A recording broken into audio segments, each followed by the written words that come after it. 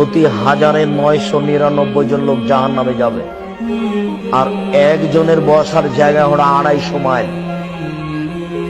একজন জাহান্নামীর গায়ের চামড়া হবে 42 হাত মোটা। একজন জাহান্নামীর ডান কাঁধ থেকে বাম কাঁধের ব্যবধান হলো একটা দ্রুতগামী ঘোড়া 3 দিন 3 রাতের পথ। একজন জাহান্নামের উরু রান হবে বাইজা পাহাড়ের সমান মোটা। বাইজা পাহাড় হলো 39 কিলোমিটার লম্বা। একজন জাহান্নামের দাঁত হবে ওহুদ পাহাড়ের সমান।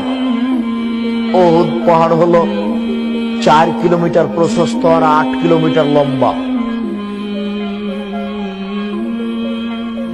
একজন জাহান্নামের দাঁত হবে ওহুদ পাহাড়ের সমান। একজন জাহান্নামের বসার জায়গা হবে 250 মাইল মক্কা থেকে মদিনা। একজন জাহান্নামের উরু রান হবে বাইজা পাহাড়ের সমান।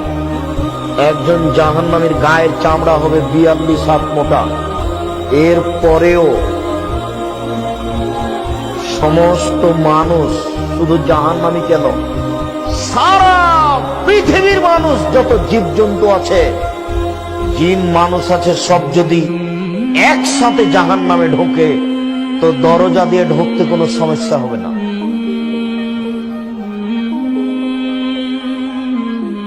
আর জাহান্নাম বলতে শুধু নারী আর নারী, জাহান্নাম বলতে শুধু নারী আর নারী, জাহান্নাম বলতে শুধু নারী আর নারী, কিছু পুরুষ 2-1 জন।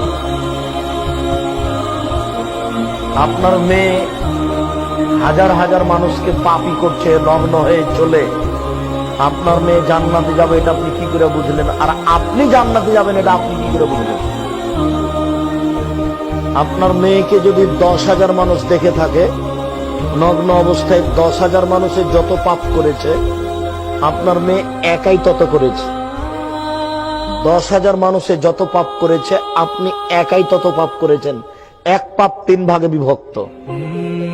10,000 মানুষ, আপনি আর আপনার মেয়ে, এই 3 জন। এবার 3 জনে 3 10 হলো 30। আপনার মেয়েকে যদি 10,000 মানুষ নগ্ন অবস্থায় দেখে থাকে তাহলে 10,000 মানুষ পাপী। 10,000 মানুষ যত পাপ করেছে আপনার মেয়ে একাই তত করেছে।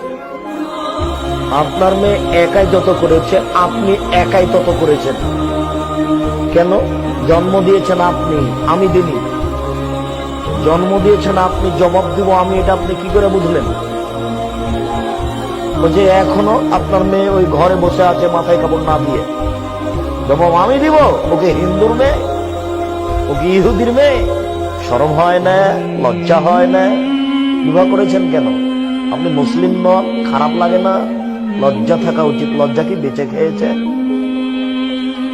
মেয়ে নগ্ন হয়ে চলে কেন? আপনি মুসলমান নন, লজ্জা লাগে না, খারাপ লাগে না? লজ্জা কি বেঁচে খেয়েছেন? আবু হুরায়রা রাদিয়াল্লাহু তাআলা আনহু বলেন, রাসূল সাল্লাল্লাহু আলাইহি ওয়াসাল্লাম বলেছেন, আল হায়া ওয়াল ঈমানু কারনাউ জামিয়া। লজ্জা এবং ঈমান দুটো একসাথে জমা ধরে আছে। আচ্ছা ভাই, ওই ছেলেটা ও উঠে যাচ্ছে, আপনি খেয়াল করছেন না কেন? ও তো কথা বুঝতে পারে না। আর যার সামনে যে যাবে ও তো কথা ধরতে পারবে না। আমি তো আর আপনাকে কোনো কাহিনী শোনাতে আসিনি, আপনি ওইটা মনে করবেন না। পাথরের মতো বসে থাকতে হবে, প্রত্যেকটা কথাকে মনে করতে হবে 1 কোটি টাকা মূল্য। ওই যে দোকানে এখনো বসে আছে, আপনি যান ওখানে বসে থাকেন, এখানে এসেছেন কেন? ওই যে দোকানে বসে আছে চা খাচ্ছে, জবাব আমি দিব। ওর বাপ ওকে জন্ম দিয়েছে, ওর বাপ জবাব দিল, আমি দিব কেন? ও জানে না যে